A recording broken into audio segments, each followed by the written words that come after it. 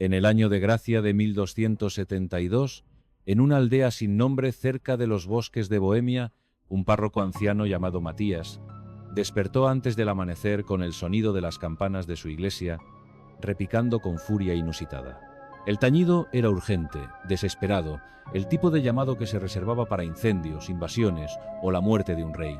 Matías se vistió apresuradamente y corrió hacia la torre del campanario, esperando encontrar al sacristán tirando de las cuerdas con alguna noticia terrible que justificara despertar a toda la aldea en plena oscuridad de la madrugada. Pero cuando llegó a la torre, jadeando por el esfuerzo de subir las escaleras de piedra con piernas debilitadas por la edad, encontró la puerta del campanario cerrada con llave desde fuera, la misma llave que él guardaba colgada de su cinturón. Nadie había entrado. Y sin embargo, las campanas seguían sonando, no con el movimiento irregular del viento golpeando metal, sino con ritmo deliberado, constante, como si manos invisibles tiraran de cuerdas que ningún ojo podía ver. Matías abrió la puerta con dedos temblorosos. Las campanas colgaban inmóviles. Las cuerdas no se movían, pero el sonido continuaba, resonando en el aire frío de la torre, vibrando en los huesos del anciano sacerdote de maneras que ningún sonido físico debería poder hacer. Las campanas se detuvieron exactamente al amanecer, y cuando el sol finalmente se elevó sobre el horizonte, Matías encontró al alcalde de la aldea muerto en su cama, rostro congelado en expresión de terror absoluto, manos agarrando las mantas como si hubiera intentado aferrarse a la vida mientras algo invisible se la arrancaba. Había muerto durante la noche, exactamente cuando las campanas comenzaron a sonar, y Matías, con certeza que helaba su alma más profundamente que cualquier viento invernal, supo que las campanas no habían anunciado la muerte. La habían presagiado, la habían llamado, quizás incluso la habían causado. Lo que estás a punto de escuchar jamás fue destinado a ser escrito en crónica alguna, porque admitir su veracidad significaría aceptar que existen fuerzas que operan fuera de la voluntad divina, fuerzas que conocen el momento exacto de cada muerte antes de que ocurra, fuerzas que utilizan los instrumentos sagrados de la Iglesia para anunciar su trabajo. Durante siglos, testimonios sobre campanas que repicaban solas fueron suprimidos, archivados en secciones secretas de bibliotecas monásticas, marcados con advertencias de no leer bajo pena de excomunión. Pero los fragmentos sobrevivieron. Las historias persistieron. Y el patrón era innegable. En docenas de aldeas, en diferentes reinos, a lo largo de siglos, las campanas sonaban sin que manos humanas las tocaran. Y siempre, inevitablemente, la muerte seguía. La Europa medieval vivía bajo sombra constante de muerte. Plagas que barrían poblaciones enteras, guerras que duraban generaciones, hambrunas que convertían a hombres civilizados en bestias desesperadas. Pero incluso en era tan familiarizada con mortalidad, ciertos fenómenos destacaban por su naturaleza sobrenatural. Las campanas de las iglesias eran instrumentos sagrados, bendecidos por obispos, usados para llamar a los fieles a oración, para marcar las horas canónicas, para anunciar eventos importantes. Su sonido era voz de Dios comunicándose con su pueblo.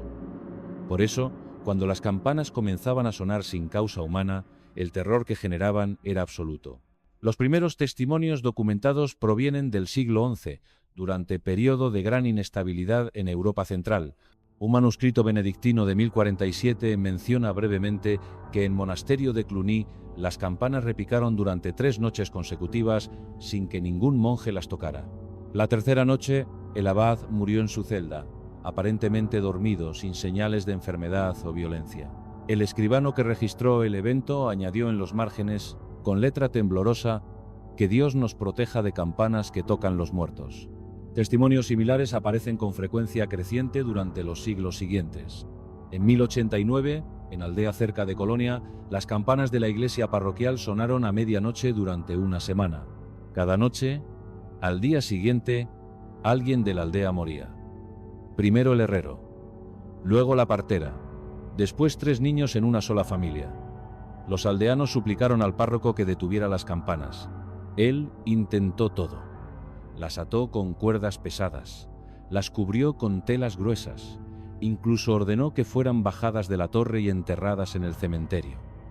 Pero la noche siguiente, el sonido volvió. No provenía de las campanas enterradas, sino del aire mismo, como si el sonido existiera independientemente de los instrumentos que normalmente lo producían. La Iglesia enfrentaba dilema teológico profundo. Si las campanas realmente sonaban sin intervención humana, ¿quién o qué las hacía sonar? ¿Ángeles anunciando que un alma estaba siendo llamada al cielo? ¿Demonios celebrando conquista de alma condenada? ¿O algo más antiguo, algo que existía antes del cristianismo y que simplemente usaba instrumentos cristianos para sus propios propósitos incomprensibles? Las explicaciones oficiales variaban entre atribuir el fenómeno a trucos de viento, resonancias acústicas inusuales o histeria colectiva de poblaciones supersticiosas.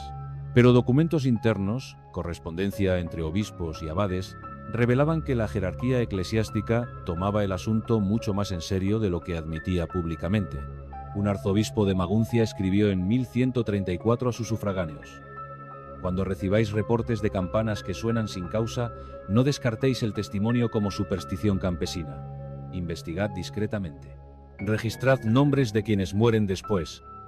Y si el patrón se confirma, enviad palabra inmediatamente. Hay fuerzas que operan en este mundo caído que la doctrina oficial no puede explicar completamente, pero que no por eso son menos reales». Las muertes asociadas con las campanas fantasmales seguían patrones específicos, no eran aleatorias. El sonido variaba según quién estaba destinado a morir. Para personas comunes, aldeanos y artesanos, las campanas sonaban una sola vez, un tañido breve que muchos confundían con viento o imaginación hasta que el cadáver era descubierto. Para personas de mayor importancia, nobles o clérigos, las campanas repicaban durante horas, a veces toda la noche.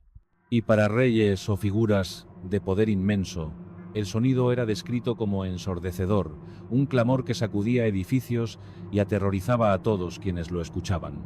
En 1187, las campanas de Notre Dame de París sonaron durante toda una noche sin que nadie pudiera detenerlas. Los sacristanes intentaron subir a la torre, pero reportaron que las cuerdas de las campanas se movían solas, tirándose hacia arriba y hacia abajo como manipuladas por manos invisibles pero increíblemente fuertes. Uno intentó agarrar una cuerda para detenerla y fue arrojado contra el muro con tal fuerza que se rompió el brazo. Al amanecer, llegó noticia de que el rey Felipe Augusto había sobrevivido por poco un intento de asesinato esa misma noche. Las campanas no habían anunciado su muerte porque no ocurrió, pero claramente habían sonado en anticipación de ella, como si algo supiera que la muerte había sido planeada, independientemente de si se consumaba. Esto revelaba aspecto aún más perturbador del fenómeno. Las campanas no respondían a muerte ya ocurrida.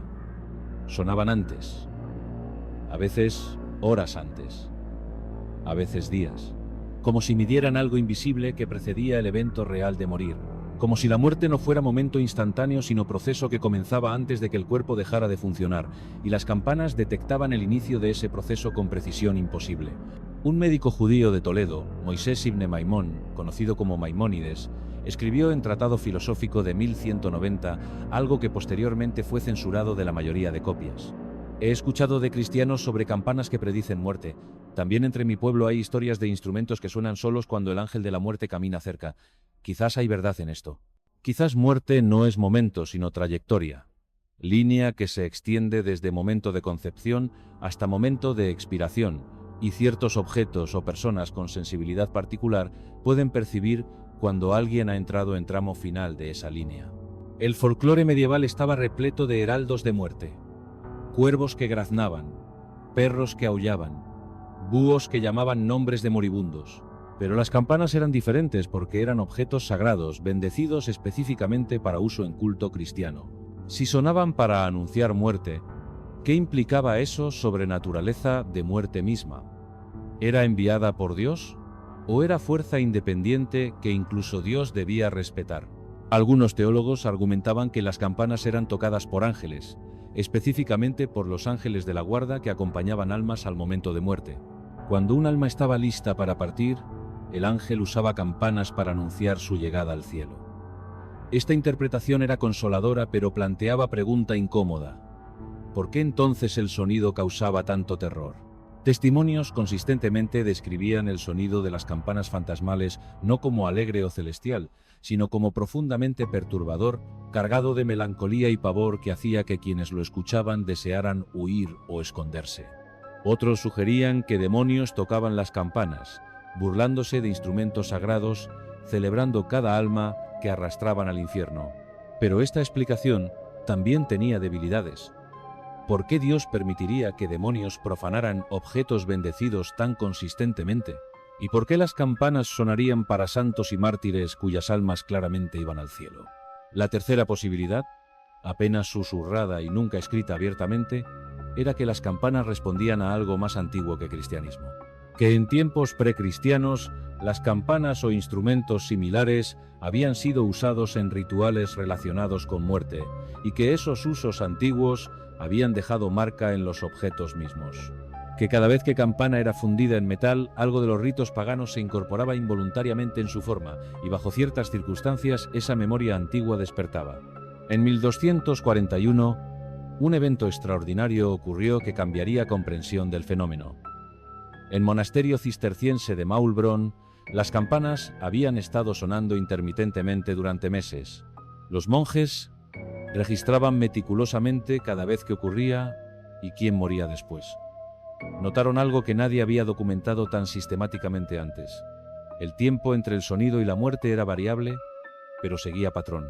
Para ancianos y enfermos, las campanas sonaban apenas horas antes de muerte. Para jóvenes y saludables, podían sonar días o incluso semanas antes. El abad del monasterio, hombre de mente inquisitiva llamado Heinrich, formuló hipótesis radical. Escribió en su diario personal, documento que no fue descubierto hasta el siglo XVIII. Las campanas no anuncian muerte, la miden.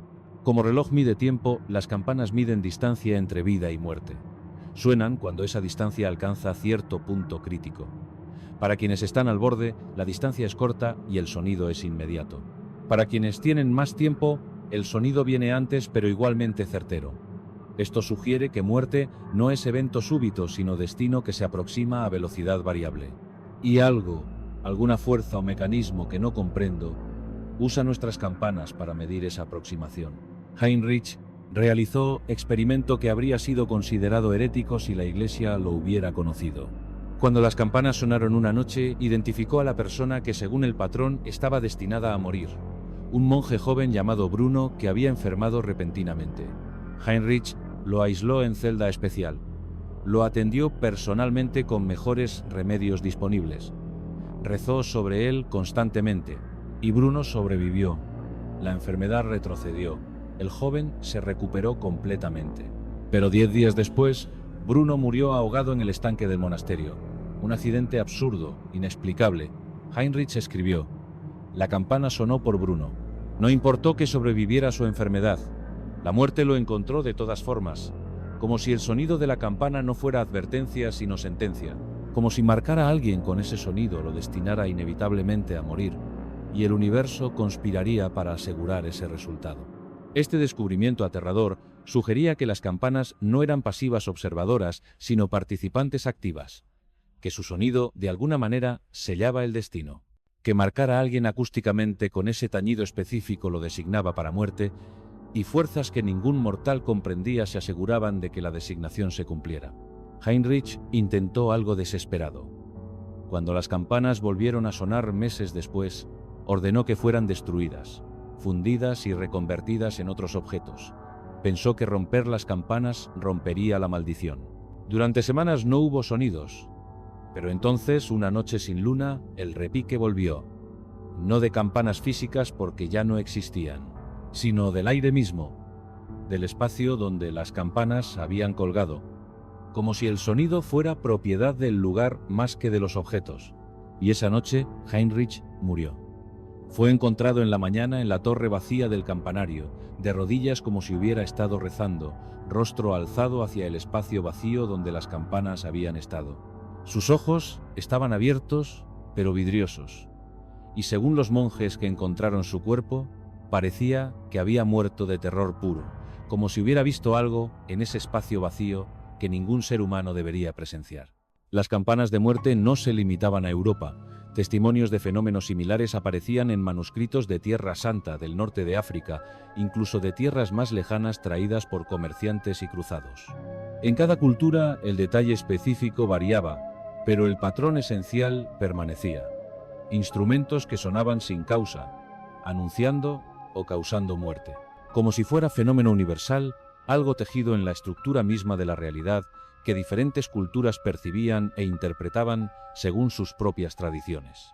Un inquisidor llamado Guillaume de París, escribiendo en 1307 mientras investigaba la supresión de los templarios, mencionó descubrimiento extraordinario en las catacumbas de una encomienda templaria. Encontró campana antigua, mucho más vieja que la encomienda misma, cubierta con inscripciones que no eran latinas, ni griegas, ni hebreas. Los templarios la habían guardado como reliquia, pero se negaban a tocarla. Cuando Guillaume preguntó por qué, un templario bajo tortura finalmente reveló: la campana toca a quien la toque, y quien sea tocado por su sonido muere en 7 días exactos. No hay excepción, no hay escape. Es campana de muerte misma, fundida en tiempos antes de Cristo, quizás antes de Moisés, usada en ritos que ningún cristiano debería conocer. Guillaume ordenó que la campana fuera fundida, pero el herrero que aceptó el trabajo murió antes de completarlo, cayendo muerto frente al horno donde la campana esperaba ser destruida. La campana fue finalmente arrojada al Sena, hundida con pesos de hierro. Pero Guillaume escribió: me pregunto si destruir la campana destruyó su poder o simplemente lo liberó. Si ahora, en lugar de estar confinado en objeto físico, el sonido de muerte flota libre, esperando encontrar nuevos instrumentos a través de los cuales manifestarse. 3 interpretaciones emergen de siglos de testimonios. La primera es teológica. Las campanas son tocadas por ángeles que cumplen voluntad divina. Cada muerte es ordenada por Dios, y los ángeles usan instrumentos sagrados para anunciar cuando es momento de que un alma retorne a su Creador. El terror que el sonido causa es reacción humana natural ante presencia de lo divino, ante recordatorio de nuestra mortalidad. Esta interpretación mantiene orden moral del universo, pero no explica por qué tantos testigos describen el sonido como maligno más que sagrado. La segunda interpretación es folclórica. El fenómeno es manifestación de creencias paganas que nunca fueron completamente erradicadas por cristianización. Los antiguos europeos creían que muerte era entidad separada, fuerza que caminaba entre mortales llevando registro de quién debía morir. Las campanas, como todos los objetos de metal en tradiciones precristianas, tenían propiedades mágicas. Respondían a presencia de muerte como brújula responde a norte. El sonido no causaba muerte ni la anunciaba necesariamente, simplemente la detectaba cuando pasaba cerca. Esta interpretación reduce el fenómeno a superstición, pero no explica la precisión consistente de las predicciones. La tercera interpretación es la más inquietante y la menos admitida. Las campanas acceden a conocimiento más allá del tiempo lineal. Muerte no es evento que ocurre en momento específico, sino realidad que existe simultáneamente en pasado, presente y futuro. Ciertos objetos, bajo circunstancias específicas, pueden percibir esa realidad atemporal. Las campanas suenan porque ya han visto la muerte que aún no ha ocurrido en nuestra experiencia temporal. No predicen ni causan. Simplemente reportan desde perspectiva que trasciende tiempo. Si esta interpretación es correcta, implica que el libre albedrío es ilusión, que todos los destinos, incluyendo momento de muerte, están predeterminados, y que las campanas son ventanas a esa verdad terrible que la mayoría de humanos prefiere ignorar. Después del siglo XIV, las referencias a campanas de muerte disminuyen dramáticamente en documentos oficiales. Quizás el fenómeno cesó. Quizás la Iglesia se volvió más efectiva suprimiendo reportes, o quizás, en era de plagas y guerras donde muerte estaba tan omnipresente, el sonido de campanas anunciando muerte se volvió tan común que dejó de ser extraordinario, simplemente parte del paisaje sonoro de civilización agonizante. Pero aún hoy, en iglesias antiguas, de pueblos remotos, sacristanes ocasionalmente reportan anomalías, campanas que se mueven sin viento, sonidos que no deberían ser posibles dados mecanismos físicos, y en algunos casos, muertes que siguen a esos sonidos con regularidad que no puede ser explicada como coincidencia. Estas historias son descartadas, atribuidas a imaginación o a voluntad de ver patrones donde no existen. Pero aquellos que las experimentan directamente saben diferente. Saben que hay sonidos en este mundo que no son producidos por manos humanas. sonidos que vienen de lugares donde tiempo y destino se entrelazan de maneras que la razón no puede desenredar. Y que cuando esos sonidos llaman, cuando las campanas tocan sin que nadie tire las cuerdas, alguien en algún lugar está siendo marcado, medido, designado para el viaje que todos eventualmente debemos hacer, pero que nadie desea comenzar. Las campanas aún cuelgan en torres oscuras, y quizás, en noches sin luna, todavía suenan.